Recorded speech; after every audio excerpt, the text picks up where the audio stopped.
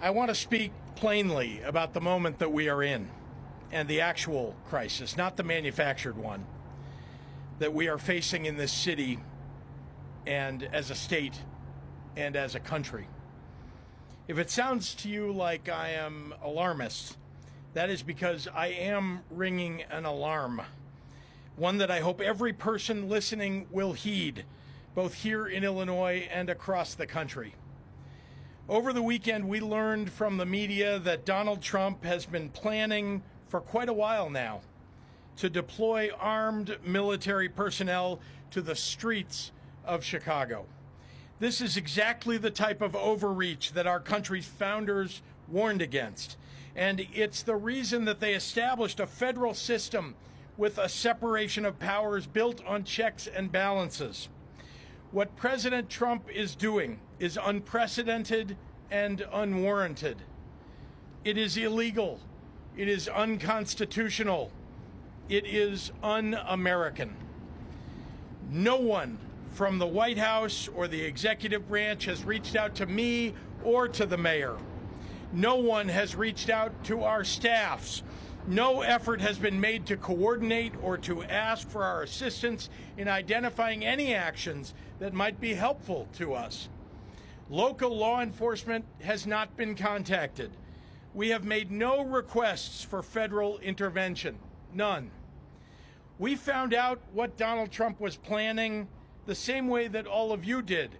We read a story in the Washington Post. If this was really about fighting crime and making the streets safe, what possible justification could the White House have for planning such an exceptional action without any conversations or consultations with the governor, the mayor, or the police? Let me answer that question. This is not about fighting crime. This is about Donald Trump searching for any justification to deploy the military in a blue city, in a blue state, to try and intimidate his political rivals. This is about the President of the United States and his complicit lackey, Stephen Miller, searching for ways to lay the groundwork to circumvent our democracy, militarize our cities, and end elections. There is no emergency in Chicago that calls for armed military intervention. There is no insurrection. There is no insurrection. Like every major American city in both blue and red states, we deal with crime in Chicago. Indeed, the violent crime rate is worse in red states and red cities. Here in Chicago, our civilian police force and elected leaders work every day to combat crime and to improve public safety. And it's working. Not one person here today will claim we have solved all crime in Chicago, nor can that be said of any major American metro area.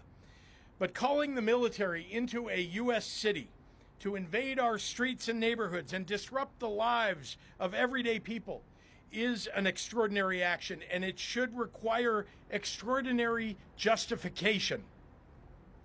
Look around you right now. Does this look like an emergency? Look at this. Go talk to the people of Chicago who are enjoying a gorgeous afternoon in this city. Ask the families buying ice cream on the Riverwalk.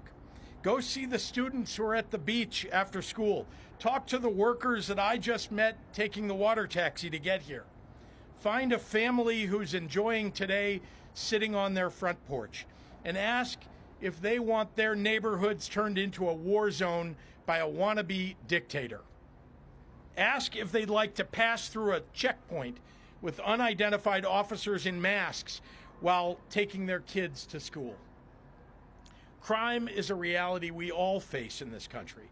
Public safety has been among our highest priorities since taking office. We have hired more police and given them more funding. We banned assault weapons, ghost guns, bump stocks, and high-capacity magazines. We invested historic amounts into community violence intervention programs. We listened to our local communities, to the people who live and work in the places that are most affected by crime, and asked them what they needed to help make their neighborhoods safer. Those strategies have been working. Crime is dropping in Chicago. Murders are down 32% compared to last year and nearly cut in half since 2021. Shootings are down 37% since last year and 57% from 4 years ago. Robberies are down 34% year over year. Burglaries down 21%. Motor vehicle thefts down 26%. So in case there was any doubt as to the motivation behind Trump's military occupations, take note. 13 of the top 20 cities in homicide rate have Republican governors. None of these cities is Chicago. 8 of the top 10 states with the highest homicide rates are led by Republicans. None of those states is Illinois.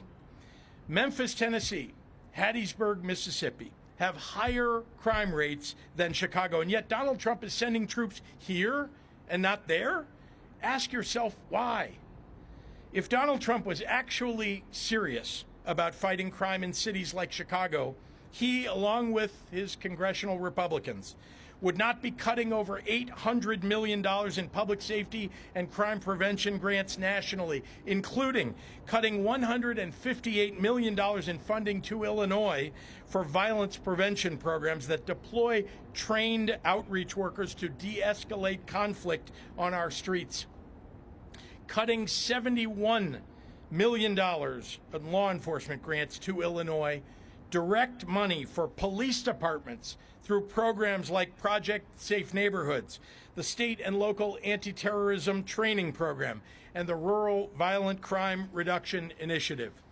Cutting $137 million in child protection measures in Illinois that protect our kids against abuse and neglect. Trump is defunding the police. To the members of the press who are assembled here today and listening across the country, I am asking for your courage to tell it like it is. This is not a time to pretend here that there are two sides to this story. This is not a time to fall back into the reflexive crouch that I so often see, where the authoritarian creep by this administration is ignored in favor of some horse race piece on who will be helped politically by the president's actions. Donald Trump wants to use the military to occupy a U.S. city, punish his dissidents, and score political points. If this were happening in any other country, we would have no trouble calling it what it is, a dangerous power grab. Look at the people assembled before you today, behind me. This is a full cross-section of Chicago's leaders from the business world, the faith community, law enforcement, education, community organizations, and more. We sometimes disagree on how to effectively solve the many challenges that our state and our city face on a daily basis. But today we are standing here united, in public, in front of the cameras, unafraid to tell the president that his proposed actions will make our jobs harder and the lives of our residents worse. Earlier today in the Oval Office, Donald Trump looked at the assembled cameras and asked for me personally to say, "Mr. President, can you do us the honor of protecting our city?" Instead, I say, "Mr. President, do not come to Chicago."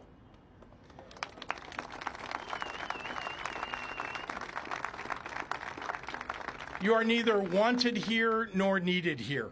Your remarks about this effort over the last several weeks have betrayed a continuing slip in your mental faculties and are not fit for the auspicious office that you occupy.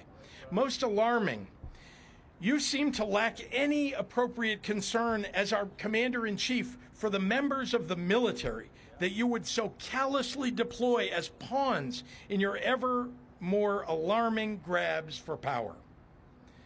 As a governor, I've had to make the decision in the past to call up members of the National Guard into active service. And I think it's worth taking a moment to reflect on how seriously I take that responsibility and on the many things that I consider before asking these brave men and women to leave their homes and their communities to serve in any capacity for us. As I've said many times in the past, members of the National Guard are not trained to serve as law enforcement. They are trained for the battlefield, and they're good at it. They're not trained to arrest people and read them their Miranda rights. They did not sign up for the National Guard to fight crime. And when we call them into service, we are reaching into local communities and taking people who have jobs and families away from their neighborhoods and the people who rely upon them. It is insulting to their integrity and to the extraordinary sacrifices that they make to serve in the Guard, to use them as a political prop where they could be put in situations where they will be at odds with their local communities, the ones that they seek to serve. I know Donald Trump doesn't care about the well-being of the members of our military, but I do, and so do all the people standing here. So let me speak to all Illinoisans and to all Chicagoans right now. Hopefully the president will reconsider this dangerous and misguided encroachment upon our state and our city's sovereignty. Hopefully rational voices, if there are any left inside the White House or the Pentagon, will prevail in the coming days. If not, we are going to face an unprecedented and difficult time ahead. But I know you, Chicago, and I know you are up to it. When you protest, do it peacefully. Be sure to continue Chicago's long tradition of nonviolent resistance. Remember that the members of the military and the National Guard who will be asked to walk these streets are, for the most part, here unwillingly. And remember that they can be court-martialed and their lives ruined if they resist deployment. Look to the members of the faith community standing behind me today for guidance on how to mobilize. To my fellow governors across the nation who would consider pulling your National Guards from their duties at home to come into my state against the wishes of its elected representatives and its people, you would be failing your constituents and your country.